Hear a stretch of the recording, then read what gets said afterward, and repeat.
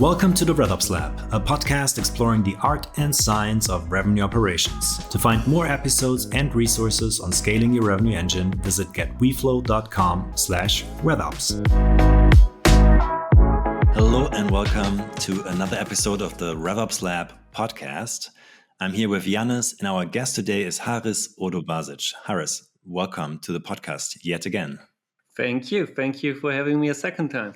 Yeah, exactly. You were one of our first guests. I don't know the actual episode number, but it must be in one of the first 10 episodes, I'm sure. Yeah, I think it was like 1.5 years ago. And it's really impressive to see how far you guys get and the consistency. I think it's paying off.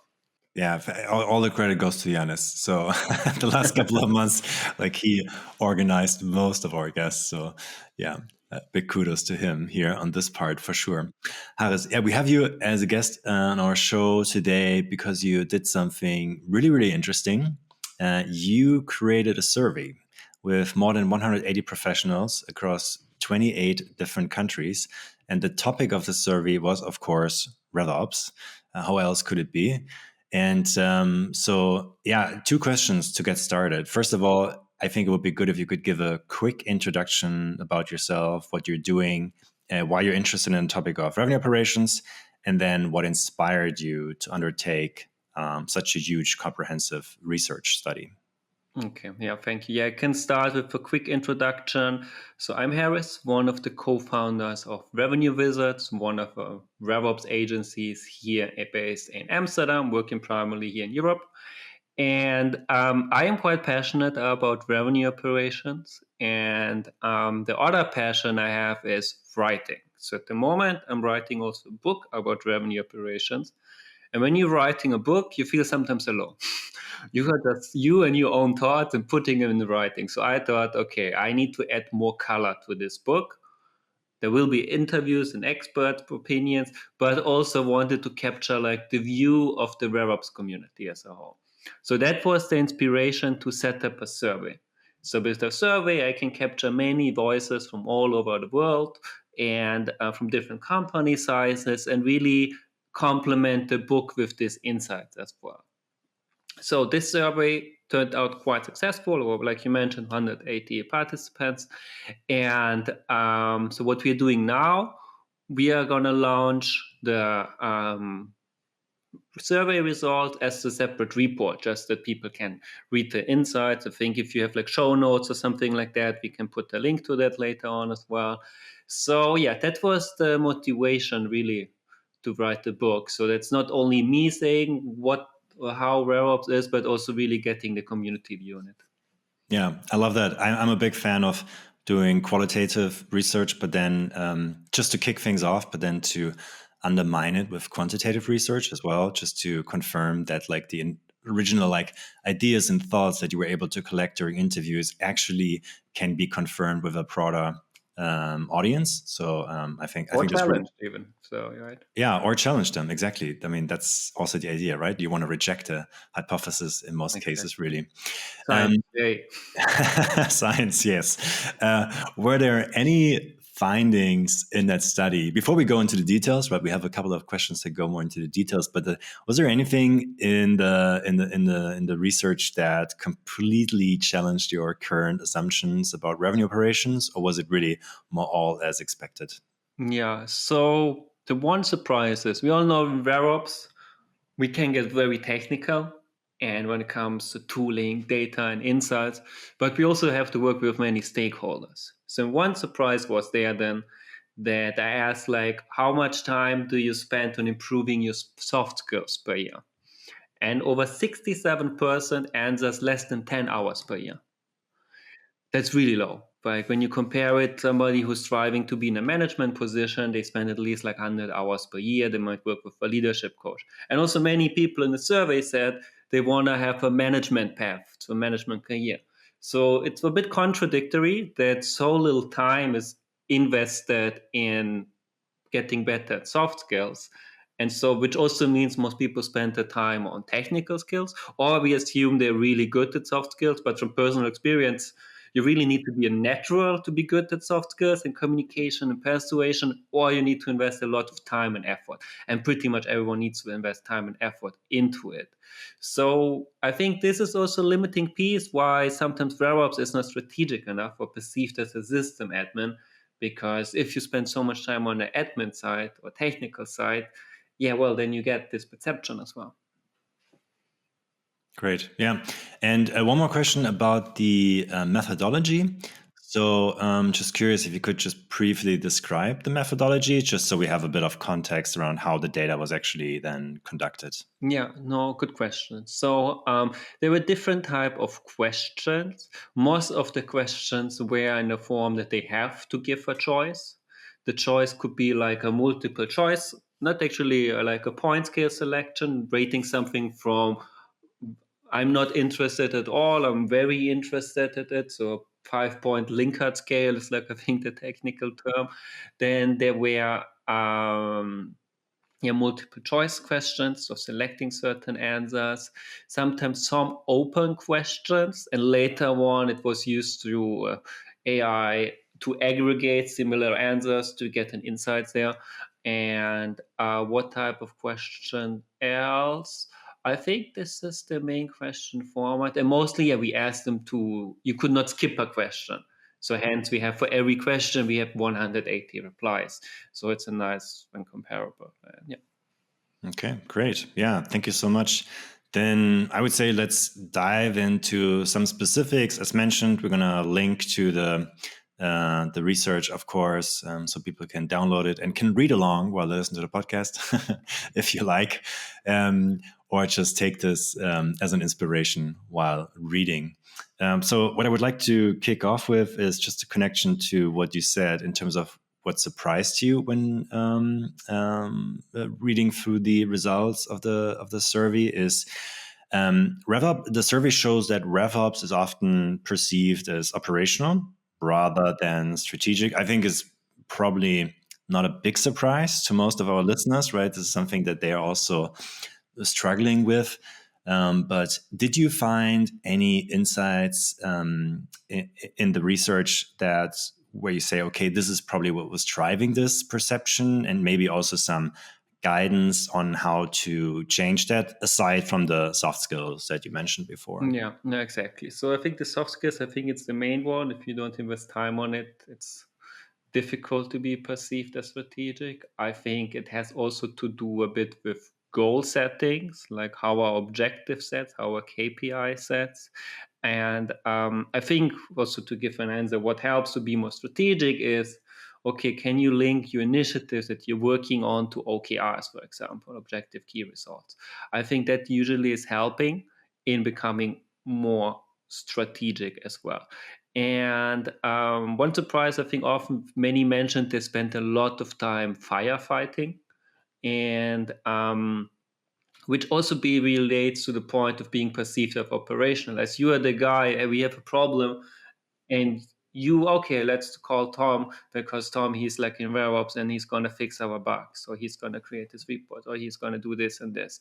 And so this often can be quite operational and perceived as that. So you're not linked to the strategic as initiative. So if you always people think of you are the firefighter. And then the question is, how can that be resolved? I think first in the beginning, proper planning. I think one surprise also as there was how many of you use a project management software. Less than half used it, which I find also surprising, because in RevOps we have a lot of projects happening, and related to that, to project management, you can also build a ticketing or a backlog system. Also, that didn't happen that often. So, so how you manage requests? How are you managing disasters? Right? If that's not properly managed, well, yeah, obviously you're going to end up firefighting and being more operational per scene. So just of being strategic, I think the preparation aspect is very important. And maybe also like a little challenge there. I think planning is, who said, I think planning is amazing, but plans are useless when the end stuff goes wrong, right? But that is something that's definitely going to help. And then, and also, I think what can help is giving visibility for strategic projects. And I think not necessarily as in there, but really linking to your RevOps roadmap, your initiatives, what you're working on. I think that also helps, and being in these conversations and providing these important insights. Yeah, I mean, I think it's a topic that comes up again and again. We had a whole session with Tony about, RevOps being more strategic, right? Like, and a few ideas there. I think we could probably spend the whole episode, but on this topic alone, right? And I think it is like in our mind, or like in our view, right? It's very much centered around like, what do you actually do and how does it drive the core initiative of the company, right? And how can you measure that, right? So if you don't have a roadmap and somebody comes to you and you cannot say, okay, well, these are the initiatives, that's how they are driving, some of the KPIs we're working towards, it's really hard to communicate. I think I mentioned this, example of having a newsletter where you communicate out to the core stakeholders regularly, having a roadmap meeting where people understand their trade-offs, right? Maybe also separating out the big strategic blocks and the operational day-to-day, right, is something that comes up quite often. Similar to product roadmap, right? Like you have your strategic product initiatives, and then you have your bugs, and they are both very important to be worked on. But probably the bugs is not. I mean, and even those you should put into your newsletter, but in a different framing, right? So, and I think then it comes back to like this, and I think this really resonates with me, like how you message what you do to the different stakeholders is just so different, right? If you basically communicate out to the executive team or even to the board, what are the strategic initiatives, it's just a completely different conversation, and a different message you need to bring than potentially just introducing a new training session to the AEs or CSMs or a new process, right? So I think that's also something like I think is so interesting in your research, because obviously that has a lot to do with understanding, who you're messaging to, and then what kind of message actually resonates. And I think for the like strategic messages, like backing it up with specific data and really tying it back to the company objectives is just so important. And then maybe last thing, and then I stop my rant here because it's like is I think it's also like the discussion. I'm a bit annoyed about the discussion personally, because I don't think that everything always needs to be strategic. I think that's like, in my mind, it's also the wrong perception. And if you create more value by making reps more efficient, or automating manual data entry that they hate, or, providing better visibility, right? Those are things that might be really hard to, like frame as strategic, but they actually make a huge difference for the company, right? And so I think it's then, like how do you communicate, right? Like is not right. Like I always remember this like time when we hired like kind of people from top universities back at Fiverr. And they always wanted to say like, oh, I want to work in strategy. I was like, okay, I stop here because you have no clue what you're talking about, right? Like if you talk about like working in strategy, that job actually doesn't really exist in most companies, unless you're a huge company. And then it's like strategic projects you're working on, like M&A or so. But like, I think right. So in my mind, like all of this builds the revenue engine, and that is the strategic objective on the revenue operations side, with a lot of like, more abstract goals and like more nitty-gritty goals. Okay, sorry, I totally got off rant here. I'm gonna No, it's stop good. talking. It's good. I'm so sorry. Like what that made me thinking was also important just to highlight. Like RevOps is a job title, but also a function, right?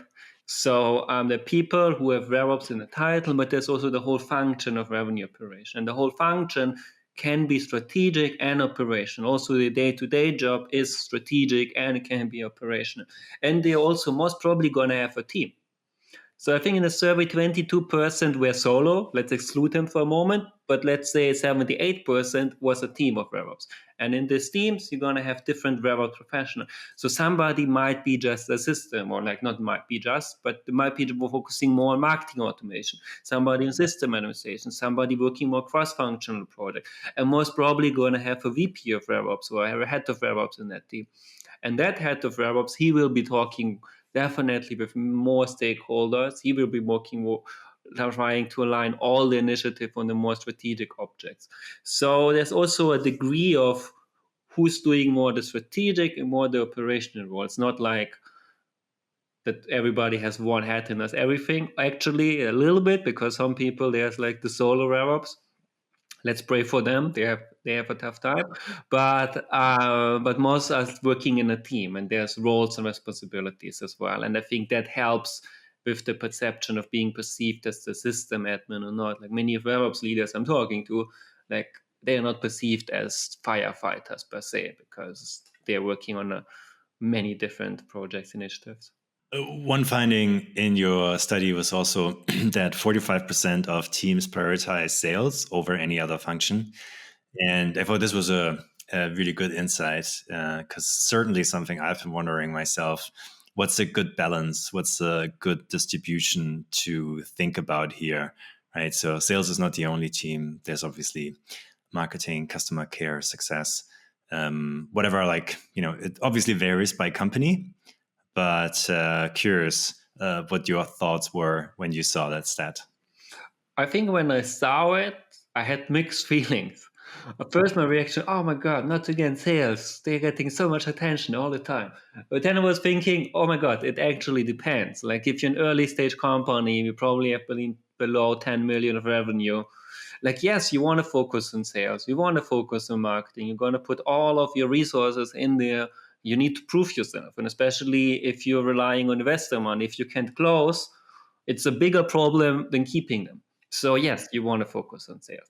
But eventually, let's say you have 50 million revenue, most probably 80% of your revenue this year is going to be made from existing clients. But if you still have to focus on 45% or more on sales, it might be backfiring for you if you don't give enough attention of keeping and retaining that client. And I think especially now, customers are very critical in what softwares they're using and what they are paying for. They have review cycles. Are they going to keeping? Are they happy with that? They're even more in every space of RevTech. There's a new competitor popping up probably every week. So there's those new attractive solution. You can be switching. So if you don't invest in customer success, especially from a certain mark, yes, they're going to be challenged. So probably you might have at least an equal split and probably even more. Like let's say you are like Adobe, a huge company. How much growth do they have per year? 10, 20, 30 max percent, but the most is from existing clients. What do they do to keep them, for example? So yeah, it depends on which stage of company growth you are. Yeah, I mean, I have a interesting. So obviously, this goes into the debate, like, is RevOps and also the CRO geared towards sales, right? And should we call it go-to-market ops, right? There's some folks in that camp. I still RevOps is the right thing, but then often, like it's applied to maybe just the sales function, and then it's actually sales ops, right? And so I think the whole idea of RevOps is to go across the entire bow tie. And the counter argument for what you're just saying, right? Like, it's like, yeah, okay, if it's like early stage, 45%, but why is marketing ops then not playing a bigger role here, right? Like, or because you could also argue if you're like below 10 million, marketing and sales drive basically pipeline and conversion. And so I find that quite interesting. I think the reality in the market, or at least when I look at some of those titles, is that obviously it's like it's a newer thing, and I think everybody buys into the idea, but the reality often looks different, similar to the CRO reality, right? Like, and I just released a cheat sheet on the CRO side, and I had a lot of CMOs actually saying CMOs should never report to CROs, right? Which is interesting, because then if you have a CMO, you have a CSO, or you have a CRO that has sales and CS, but not the end-to-end bow tie concept, right? And look, I get, right, like that. I think marketing ops and sales ops is very, very different, right? And so I would think, like, in the end, RevOps can come from any background, right? It can come from mark ops, can come from sales ops and CS ops. Ideally, you have experience in all of those, and then, I think a RevOps is often also probably a more, like, it is already the management part, right? Like, if you have a team of 4 people, like we see this all the time, then you have somebody who manages RevOps end to end, but they still have markups, sales ops, CS ops. They might have, systems teams. And then if you look at some much larger company, yes, I talked to somebody who built up RevOps at Facebook, right? 350 people. Like, I think they started with 40, went to 600, right? I mean, we could probably spend like 2 hours just going through the org structure because it's so complicated. So I think there's a lot of nuance to this, but I found this very interesting and quite, like, confirming of the debate that is happening. So I think it's a healthy debate, actually. Yeah. Are you using Einstein Activity Capture and struggle to report and analyze your activity data? Or are you using Salesforce for Outlook or Gmail and miss activities because logging them is manual and time-consuming? Hundreds of revenue teams face the same challenges and solve them with Weflow, a Salesforce activity capture solution. Weflow auto-captures emails, meetings, and contacts and permanently stores them in Salesforce. This way, you can run activity reports, build automations, and get better insights. With Weflow's admin console, you have a central place to implement and configure your setup in under 30 minutes. Visit getweflow.com/activity to learn more and get your free trial. Thanks, and we hope you enjoy this episode. I think in the beginning you lost me, then you got me back. I do believe marketing ops is part of RevOps. If you really have a good RevOps structure, then yeah, you are uniting sales, marketing, and customer success up in one function. So yes, if you focus early on with RevOps, great. The other point is, I actually also think that CMO should not report to the chief revenue officer. Maybe marketing ops per se, like the technical part, but marketing is a lot of strategy. Like, marketing is for me the real go-to market, right? So this is like, where is the market going in 2 years? That's the question I expect from a chief marketing officer. I don't expect from him, like, what's the website conversion? Like, the RevOps can answer that question. But what are the new trends? Where do we need to go? How are we positioning ourselves? What words are we using, even like the content piece? I think that is more the beauty of marketing and power of using psychology, etc., to sell products. And some people are amazing at marketing, but I don't believe that the chief revenue officer would get all of these parts. So that's my hot take. But we can also talk about this topic for ages. We need to go back to Philip. He'll bring the structure into the conversation. So Philip, what's next? No, I just wanted to. No, I'm not going to add anything to it. I have so many thoughts. So you have to stop me here. No. I think it's good. Let's switch some gears. I think we talked about leadership skills, organizational structure now a bit. Maybe let's focus a bit on the technology aspects of it, because you also asked some questions there, and I also found them interesting. Also in our own interest, because one of the questions was hovering around the topic of custom build versus, specialized, like bought solutions. So point solutions, bundled solutions, custom build solutions. And in your research, you found that seems to be a preference for custom build tools. And given that Weflow, of course, is also, building a lot in activity capture, pipeline management, forecasting, obviously, I'm curious, what do you think are the implications of this trend? Where is this coming from, and where is it going? Yeah, I think it probably comes out of frustrations. I will explain that in a second. But I think nowadays, with building software is easier than ever. I think we all can agree on that. Second, there's a lot of flexibilities that this no-code, automation, workflow tools can allow you. And you can build a lot, like even just with Zapier and a few API calls. Wow, you can build crazy stuff or empower existing infrastructure.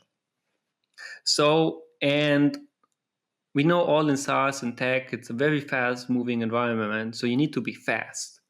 And with specialized solutions, like if I have maybe now a product request for you guys with Weflow, you're going to take it serious. You're small, agile, you can build it quite quickly and you're going to deliver it. If I have the same request now to Miro, it's going to take like a few years, maybe not years, maybe half a year, but they could put it on the roadmap. And if I go next level, if I go to HubSpot or Salesforce, like they have the idea board, there are like some ideas that are 7 years old with 20,000 upvotes and no sign that they're going to be put on the roadmap. And it's just like, that's why the whole ecosystem that empowers such softwares like Salesforce, like you guys also empower Salesforce in a way. So I think this frustration is the reason why specialized apps are like not specialized, like these custom builds, because you can just move quicker. It's maybe sometimes quick and dirty, but it gets you to the use case. You maybe need to use multiple tools to get to the result, but you're getting there. Sometimes we cannot wait for big giants to put in the feature we need in the software. And I think many have this sentiment. Yeah, I think it's so interesting because like obviously, right, like we're in the revenue intelligence space, building activity capture, conversation intelligence, pipeline management, forecasting, as Philip just mentioned. And so we made a decision very early on that you can buy each product standalone. Because what we saw is that, for example, people are very frustrated with EAC, right? Einstein Activity Capture and Salesforce to capture emails and meetings, cannot report on them, and so on, right? Like most people know the challenges. And so they don't necessarily want to buy everything, right? They just want to buy that solution, or they might just want to buy, a better way to capture their meeting data and actually also, make sure that they have all the, specific data fields in Salesforce, or, level up their pipeline management, deal review process, or forecasting, right? So I think it's interesting because obviously it's a bundled suite. You can buy everything together, and it also makes sense all together. But I feel like some of the vendors out there, they kind of, they started out with like super high pricing, and then to justify the pricing, they just bundled more stuff into it, but often it's underutilized. And I think a lot of people have been burned by buying shelf software, that then suddenly overpromises but underdelivers. And so I think it's very interesting that like it's kind of like this whole cycle of bundling and unbundling is happening again and again, right? Menu. We see it on the top of funnel side right now, right? Like it's being unbundled again, right? You suddenly have multiple different combinations you can stitch together via Make or Zapier or so, right? Like, and I find that very, very interesting. Obviously, it's the journey we're on, so we're deeply interested in that. But yeah, I think it's a very interesting finding. You had another finding, on the tech side, which was like data quality emerged as kind of the major concern. What are kind of the, like, maybe give us some context there, and what are the patterns you see, in organizations that have better data practices? Yeah, I think first we can say every company has data problem, independent of company size, from small, from big enterprises. So it's a common theme. Yes. And I think often it's something not everyone takes as seriously. And I also believe, coming now to the solutions, how can we improve data? It's a top-down thing as well. I think it's a leadership aspect. Leadership, if they say, okay, data is a number one priority for it, and then walking the talk. Like often I talk with clients, and then our data is but how do we setting everything up? But then okay, we need you now. Like in the deal reviews, you need to focus on data quality as well. Actually, what I noticed recently, many of our clients are putting commission based on data quality. I've seen that now a few times happening. Yeah. And you get 25% less bonus if your Salesforce is under a certain state. We built in some scoring, and then the scoring, they can monitor it. If they fall underneath, then the commission is at risk. That's a practical thing. I think many years ago that would probably not have worked, but I think nowadays it works. And but then also being a bit stricter with data as well, like having clear rules who can enter data, what data is entered at what time, what is being mandatory and what not. So, which for the end user might seem a little bit more as bureaucratic, but in the end, this leads to good data. And because I noticed at some point, no training in the world will bring people to fill out data quality. And I understand it. Like I was selling myself quite for many years. If you're busy chasing deals, then you need to maybe think of your pipeline, etc. You have so many things, and then by the end of the day, you maybe want to enter something into a CRM, or if you're really good, you manage this in between, but then something else urgent comes in, and obviously it has the lower priority.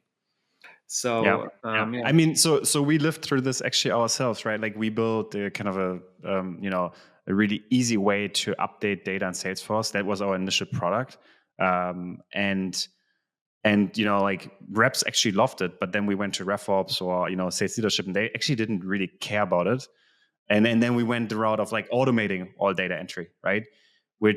And then I think in addition to, you cannot automate all data entry. I don't think that's realistic, right? But like you can then introduce stage exit criteria, right? Guardrails, clear enablement, and you reduce, maybe let's say, 25 important fields and the stuff like medic that, takes you a lot of time, and you automate that, emails, meetings, medic fields, and so on, meeting notes, blah, blah, right? Like you can automate that, but then you still focus the people on the right data that actually make a difference, right? Like might be close date, products with amounts, right? Like, stages, right? Like, and you basically add the guardrails that, inform the financial model or the forecast model, right? And so I think that's like a big trend we're seeing throughout, our customer base. And, I think that's good because I don't think there's so much repetitive tasks on the AEs and CSMs. And so the more you can take away, the better, because it gives away, it gives, we have this big belief of like 10x AEs, but still human in the loop, right? AI won't replace everybody, but actually enable them to be a lot more productive. And I think that has already started for quite a while. And I think it's just gonna get better. So yeah, certainly a topic that is top of mind. Philip, great segue. Great segue. You mentioned AI. I think this is a topic we should also discuss because Harris, you also touched on it in your survey. Naturally, I think it wouldn't be a survey if you didn't ask about AI. Curious. Could you summarize the general state of AI in revenue operations for us briefly? What trends you saw? What trends you expect to see moving forward? Yeah, I think it's a tough question. There are different angles to it. I think everyone knows AI is here. AI is getting deployed faster and faster. But actually, people are experimenting with it. I see people having an experimentation budget. Let's get this tool, let's get this tool, let's see how the results are. And often there's some disappointment there. Like especially the whole SDR space, that one we can underline as a disappointment for the time being. There's great stuff on the marketing, on the content creation side. Like there's a lot of stuff, campaign planning, etc., better intent, just writing blogs and LinkedIn posts. I think AI is like very good in that space, so that's great. And but in supporting sales as AI SDRs, I think that didn't work so well. I think to reinforce what you're saying, I think the activity and data capture, it's still a big pain point for so many organizations. And I think their AI has a great potential of doing it and like getting us to insights, to the summary, like having conversations, recording them, updating a CRM automatically, etc. Gaining some insights as well. What could you be done better in terms of conversation? Like, so the enablement piece. So that's great. I talked recently to a company, what they built through some custom development, some Synthesia, etc. And then they built in the CRM in Salesforce, when they have an account, they could practice a mock call. So it will take all the historical data, then an AI avatar would appear, they could practice a conversation they would be having with them. And I thought, like, that's really cool, because I can think of a few objections, but the AI can think of an unlimited amount of objection and can use the historical data. I thought this was a really cool use case, and it lives directly in the CRM, not in a third-party tool. Again, like coming back to the specialized tools versus building your own, etc. So yeah, you can build it your own in the CRM with a few API calls, a few tools, and bam, you have it in there. Like, that's cool stuff. Yeah, I mean, I fully agree, and like I would even say you don't even need it in the CRM to get started with it. Like, so the way I use AI most of the times, I mean, first of all, if you want to ask questions about a deal, obviously you need it in the CRM. It needs to be connected. That's clear. But I think just like for a lot of the stuff that RevOps also has to work on, like, I just ask it like, how do I do this in Salesforce? It typically knows the answer, right? And very few. It's actually reading the documentation of Salesforce, which can be quite painful. So yeah, it's extremely painful, very hard to understand. Overflows and etc. And then like, okay, perfect. Yeah, exactly. Yeah, like or create me like a CRO report that I can send him weekly with all the most important data. I just did that yesterday, and just as a test, and like it was a great report, right? I could just immediately copy it into a spreadsheet and would work pretty well, I'm sure, right? So great time saver, even if you don't have it in the CRM. I think it definitely generates value already. Inside this, what I would call now less experimental, like non-experimental, right? This whole like chat flow, essentially. Yeah. Did you see anything in the research where you thought, okay, those are like clear trends of things that are currently emerging, but will be like a clear part of RevOps in the next 5 years? That's a good question. What trends? The survey, to be honest, was more backwards looking, and so I can just assume what could be. So let me think about that one actually a little bit longer. I think what the survey shows that this perception of being an admin, while at the same time being more on the operational side, I think that is going to shift more to the more strategic side. And why I'm saying that, I think with RevOps, what people sometimes forget is it has to do a lot with change management. So all of this project, trying to align the whole company on different initiatives, working with different business units together, this is super difficult. And especially the bigger your company gets, let's say we are talking of a company of thousands of employees, like it's very difficult aligning on anything. And now you've tried to do something like RevOps, super difficult. So all of this takes time. And I think people need to appreciate a bit more that it takes time, because I think RevOps is a long-term strategy. It's not something you implement today and you will get results in half a year. Sometimes there's some quick wins, but the bigger piece is more on the long-term horizon. And so taking it more time, and I think this coming 5 years will give it this time that it needs to flourish. So that's my view. Okay, great. Maybe one final question on the survey, and then I think we're well underway, is if you were to conduct this again in 2025, what's like a new area of questions that you would add, looking back at now, like the results and how you conducted this survey? Yeah, I think I have two. One aspect would be also, again, a bit more on the leadership aspect. And are they more reactive or more proactive? In a way, more like, are they pushing back sometimes on requests? Are they challenging the leadership team? Do they do that with data? How they are doing that? I think that's an important one that it didn't capture.